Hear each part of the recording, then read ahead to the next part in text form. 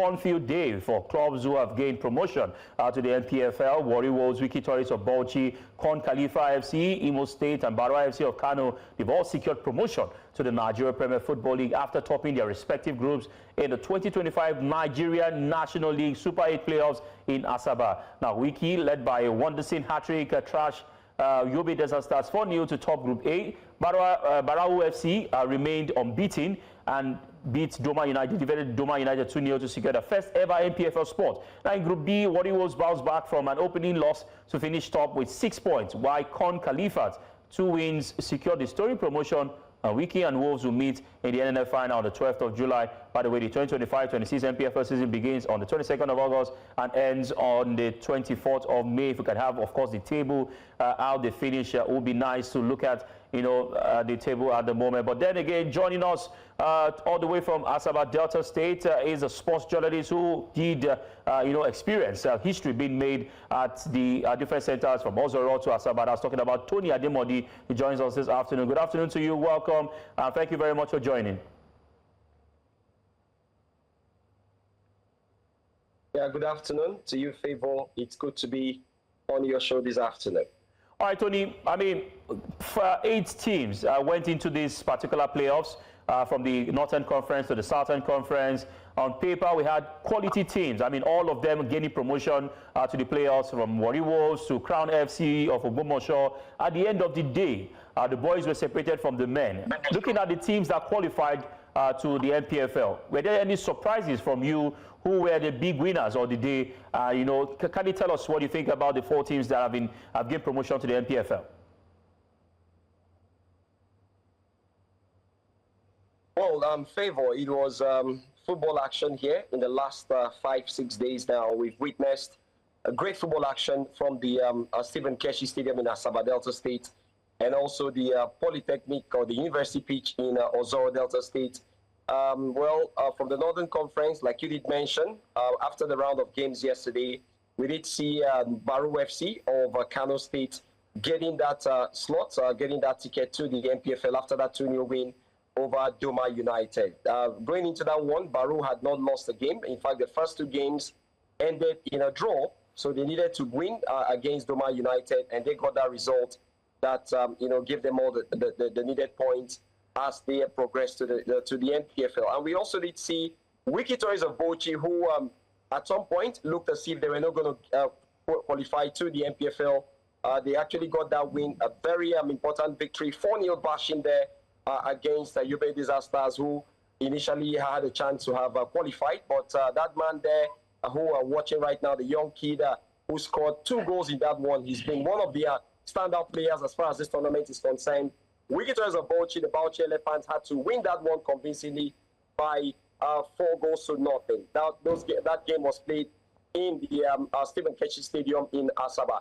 We also did see Warri Wolves earlier on. Warri Wolves got that win over, you know, their counterparts, of course, picking up a result as well that gave them a chance to play in the NPFL next season. So from that conference, the Southern Conference, it was all about Warri Wolves of Delta State. They are back to the league. They actually were in the league the last time in 2019. So it's been 6 years now. Warri Wolves playing in the NNL and now gotten promotion to the NPFL. And moving on to the other center that we did see at the University pitch in Ozoro, that was where there was a whole lot of action. Kun Khalifat needed to bounce back after losing to Warri Wolves by 3 goals to nothing on match day 2. They needed to bounce back, and they did that, winning against Osun United, who before that game were topping the group. But the 2-0 win from Kun Khalifat only but ensured that Kun Khalifat Football Club of Owerri got the slot as far as the Southern Conference is concerned, becoming the first privately owned club from the city of Owerri, Imo State, to have gotten promotion to the NPFL. So there's been a whole lot of actions here.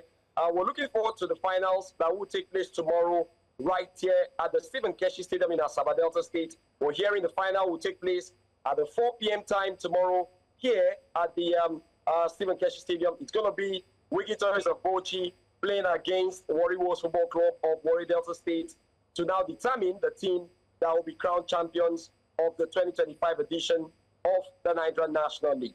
All right, Tony, before I let you go, I would like to ask, I mean, we saw private teams getting qualification to the Nigerian Premier Football League, Barau FC and Kun Khalifat FC, and also adding to Remo Stars, who are the defending champions of the league, and also Ikorodu City. What do you make of more private teams getting promotion into the Nigeria Premier Football League? And also, looking at the teams that have qualified, how much of impact do you think they will make next season, or will it be just appearances and then battle for survival, especially looking at Wikki Tourists, who has been coached by Abdul Maikaba, an experienced tactician in Nigerian football?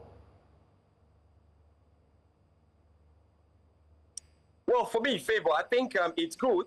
We're all happy that at least we now have additional privately owned clubs that will play in the NPFL for next season. You know, we've always talked about having private individuals coming to our football to help develop our football. We could see what Remo Stars have done in the last 4 or 5 seasons as a privately owned club. They are champions of the league, and they brought a whole lot of innovations to our football, talking about Remo Stars Football Club of Ikene. Today, we now have 2 privately owned clubs that will feature in the NPFL next season. Barau FC, a team owned by the Deputy Senate President of the country, Senator Jibrin Barau, who have funded this team so well. So I think for me, it's a good thing that we would have private individuals coming to our football.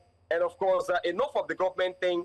Most government clubs sometimes, you know, are not really run the way it should be. Because for some of us who love the league, I think the best way to go is for individuals who have got what it takes to come into our football and change the narrative. So I think most sport journalists all over the country will be excited that at least we have you know, individuals coming in to run our football well. Another thing we should talk about is the area of funding. We just hope and pray that these teams that have gained promotion, especially the privately owned clubs, will have you know, the finances to run the team, because it's not really easy to feature in the NPFL as a private club. Even the government clubs most times don't find it easy to play in the NPFL. But generally, I hope it's going to be a learning curve for some of these teams, especially the privately owned teams. Kun Khalifat FC, if you look at their journey to the NPFL, just 10 months ago, I remember the owner of the club, a young man, Michael Chukwudi, in his early 30s, who actually told me when they played in the NLO playoff in Aba, he told me categorically that he was going to make sure that his team play in the NPFL. And 10, 11 months after that, that dream of his has become a reality. Kun Khalifat Football Club will be in the NPFL next season, in as much as there's been talk flying around whether the man is going to sell his slot or not, but that will be a talk for another day. One thing is certain, that Imolites, people of Imo State, will have NPFL football return to the Danayam Stadium for next season. So for me, Favor, I think it's a good one. It's a good innovation. It's a good idea to have even more private individuals coming to our football and make our league better. All right, interesting conversation right here, and I must say a big thank you to you, Tony Ademodi, for your quality analysis. I also agree with you when you look at the number of private clubs coming to our league, and for Imo State, knowing fully where the Heartland were relegated, they have another team to also look out for next season. That's also an interesting one right there in the world of football. Thank you very much for joining. We look forward to the very best of interesting final, you know, ahead of Saturday. Thank you.